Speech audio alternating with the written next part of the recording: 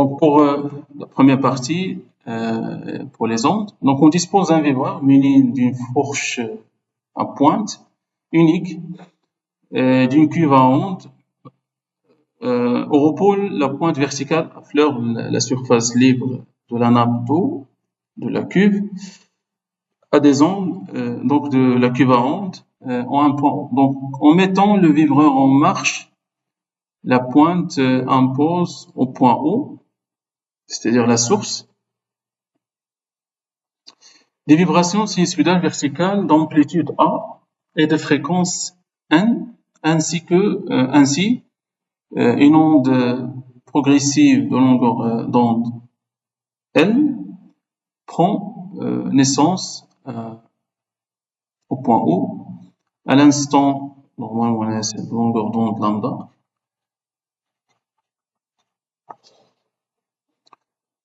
prend naissance au point O à l'instant t égale à 0 et se propage à la surface de l'eau avec une vitesse v constante. On suppose qu'il n'y a ni réflexion ni atténuation de l'onde au cours de sa propagation. Donc les courbes xi', la figure 1, représente deux aspects de deux coupes de la surface d'eau par un plan vertical passant par O aux instants T1 et T2 tel que T2 moins T1 égale à 3,75 10 moins 2 secondes. Donc première question, on cherche à calculer la vitesse de propagation de l'onde. Normalement, dans ce cas-là, donc vous avez la propagation de l'espace, donc là c'est l'instant T1, donc je dois fixer le point, d'abord le front, donc il se trouve à 3 cm. Après, donc entre T1 et T2, il arrive le point, les WA à 4,5 cm. C'est-à-dire la distance parcourue par le front durant entre T1 et T2, il y a 4,5 moins 3, il y a 1,5 cm. Et donc, par définition, vous avez la vitesse, c'est la distance à la durée. La distance de front ou bien de parcouru par l'onde, il y a 1,5 cm, et 10 moins 2, divisé par 3,75 10 moins 2. Donc, ceci, c'est 1,5 divisé par 3,75. Donc, je peux écrire ça, c'est 15 10 moins 1. Et là, 375 10 moins 2. Donc, je peux écrire, c'est 15, là, 375 fois 10. Vous avez 10 moins 1, l'autre pas, donc, donc, là, il y a fois 10. Maintenant, là, c'est un multiple de 5, donc je peux mettre 375 divisé par 5. Donc, c'est 7, et par 2, il y a 75. Aussi, il y a des divisibles par 5, donc vous avez ces 5. Donc, fait 1, et fera juste 25, fait 1, fait 5. Donc, c'est 5. Donc, si vous voulez, c'est 15 à la 5 fois 5 fois 15 fois 10. Et donc, je peux simplifier par 15. J'aurai 1 sur 5 fois 1 sur 5. Il y a 0,2 fois 0,2. Il y a 1 cinquième moins 0,2 fois 10. Donc, ceci, c'est 4. 10 moins 2 fois 10. Il y a 0,4 mètres par seconde. Donc, la vitesse, normalement, c'est CP. La bonne réponse en CP. On cherche l'instant T1. Pour l'instant T1, donc vous pouvez soit utiliser la première courbe ou bien la deuxième. L'onde a commencé son mouvement à l'instant T égale à 0. Et donc, entre 0 et 3, c'est-à-dire le front, à parcourir de la distance, il y a 3 cm.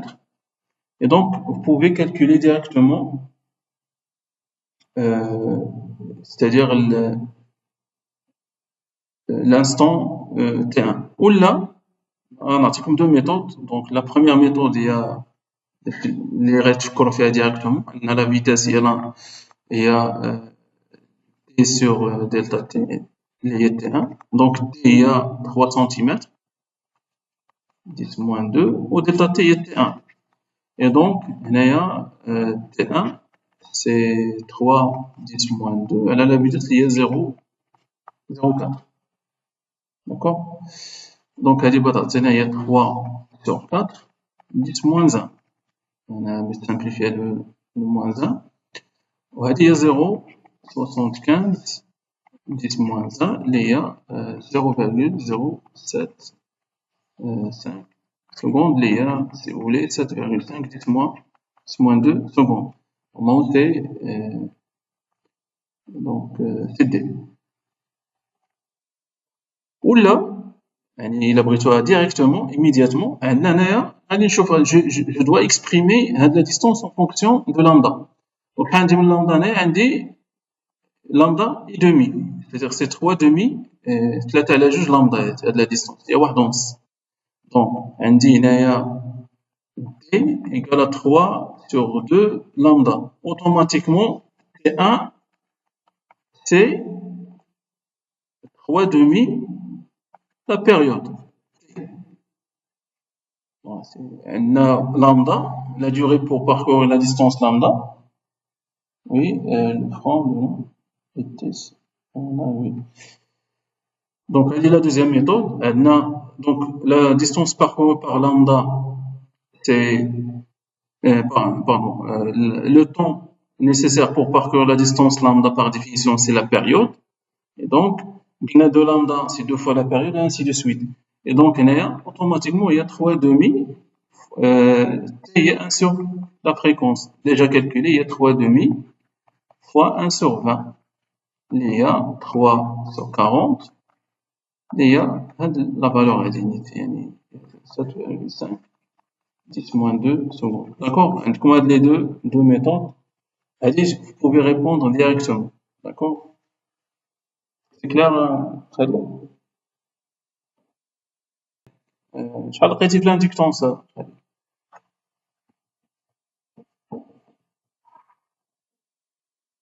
Oui, c'est ça.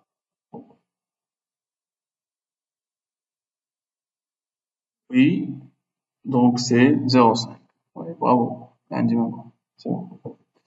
Donc, normalement, on sait que le taux, c'est L sur R total, c'est-à-dire R plus petit r. Donc, je cherche à exprimer 1 sur taux en fonction de R.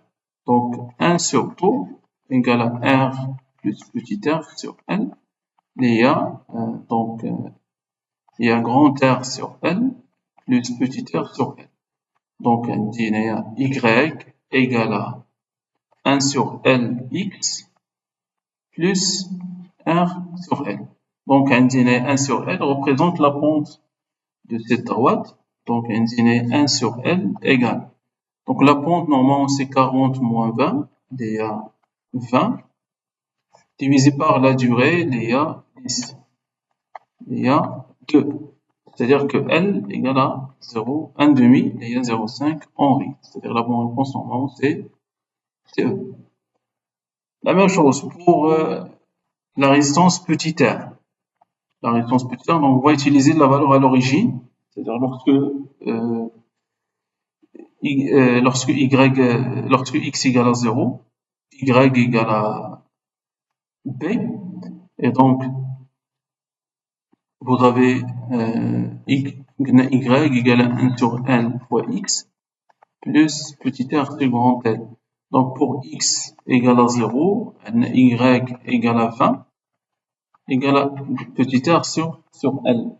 Et donc, le petit r égale à 20 fois L, il y a 20 fois 0,5, il y a 10. D'accord? C'est-à-dire la bonne réponse, c'est B.